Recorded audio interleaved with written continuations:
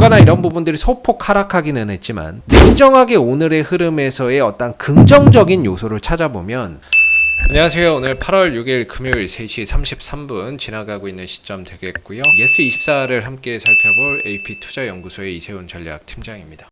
오늘 약보합권에서 마감이 됐네요. 오늘 장 초반에 변동성이 정말 극심했는데 이 방향성을 유지를 시켜주네요.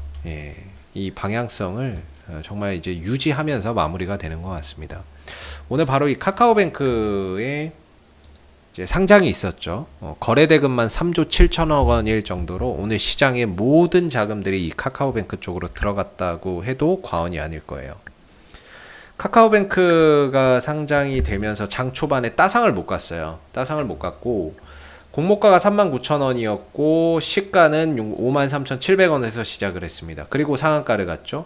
그래서 39,000원 공모가 대비 30% 정도 상승한 53,700원에서 시작을 해서 상한가를 갔기 때문에 따상은 아니었고요. 상상이었습니다. 30% 올라가고 또 거기서 또 30%로 올라갔기 때문에 오늘 카카오뱅크는 상상이었다.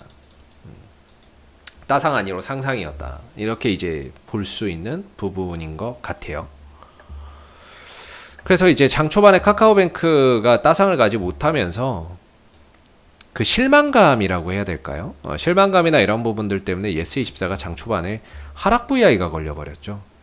하락 VI가 걸리고 다시 또 카카오뱅크가 상승하면서 상승 VI가 걸리고 다시 또 내려오면서 하락 VI, 다시 올라가면서 상승 VI.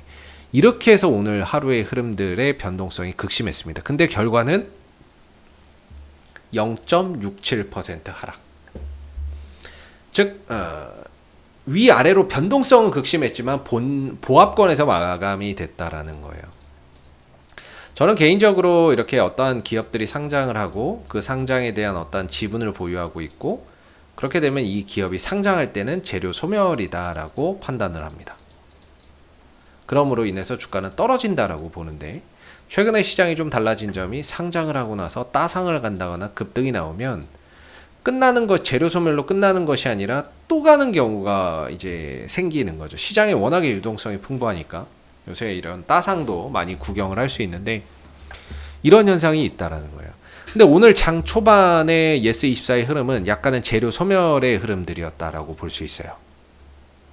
재료 소멸이었다라고 볼 수 있겠죠. 그래서 주가나 이런 부분들이 흘러내리는구나 생각을 했는데 또 그걸 또 끌어올려요. 그리고 결과적으로는 이 방향성을 상당히 또 유지를 해주면서 끝납니다. 저는 주식에서 가장 중요한 게 방향성이라고 보거든요. 방향이 상승으로 가고 있느냐 하락으로 가고 있느냐 횡보로 가고 있느냐에 따라서 같은 재료라도 반응하는 게 다르다라고 봅니다. 그렇다면 예스24의 방향성이 우상향의 흐름들을 잘 이어나가고 있기 때문에 결과적으로 이 종목이 오늘의 흔들림은 상당히 좀 컸지만 그리고 장 초반에 14,500원도 깼다가 다시 올렸다가 다시 깼다가 이런 변동성이 컸지만 결과론적으로 방향성이 상방의 흐름들이 유지된다는 점에서 다시 한 번 더 어떠한 이슈를 바탕으로 해서 올라갈 수 있는 여지가 굉장히 높아지지 않았나라고 생각을 합니다. 물론 제가 생각했던 14,500원은 깨졌죠. 깼다가 올렸다가 깼다 해서 이거는 어떻게 설명을 하기가 좀 어려울 것 같아요. 그래서 결과적으로는 14,500원에 위에서 끝났고 방향성을 유지를 하고 있다라는 점에 일단은 이런 결과물이 나온 거죠. 그래서 주가나 이런 부분들이 소폭 하락하기는 했지만 냉정하게 오늘의 흐름에서의 어떤 긍정적인 요소를 찾아보면 첫 번째 방향이 살았다라는 점이 긍정적이고요. 또 하나는 카카오뱅크가 따상은 못 갔습니다. 근데 상상은 했습니다. 상상은 갔고 카카오뱅크의 시가총액이 33조 원이 돼버렸습니다. 그렇다면 이 33조 원의 시가총액을 유지하고 있는 회사의 지분 1.4%를 들고 있는 예스24의 투자 가치는 얼마이겠습니까? 33조 원의 1.4% 정도 하면 제가 저걸 한번 해봤는데 한 4천억대 중후반 정도 돼요. 중반 정도 될 겁니다. 그래서 지금 예스24는 4천억대 중반 이상의 4,500억 원 이상의 지분 가치를 보유하고 있는 거예요. 근데 예스24가 4,500의 지분, 4,500억 정도 이상의 지분 가치를 보유를 하고 있는데 이 들고 있는 회사는 3,700억밖에 가치를 평가받지 못하고 있어요. 저평가죠. 철저히 저평가인 거죠. 한 20%? 뭐 많게는 30% 정도 저평가돼 있다. 지분 가치보다도 못한 평가를 받고 있다라는 겁니다.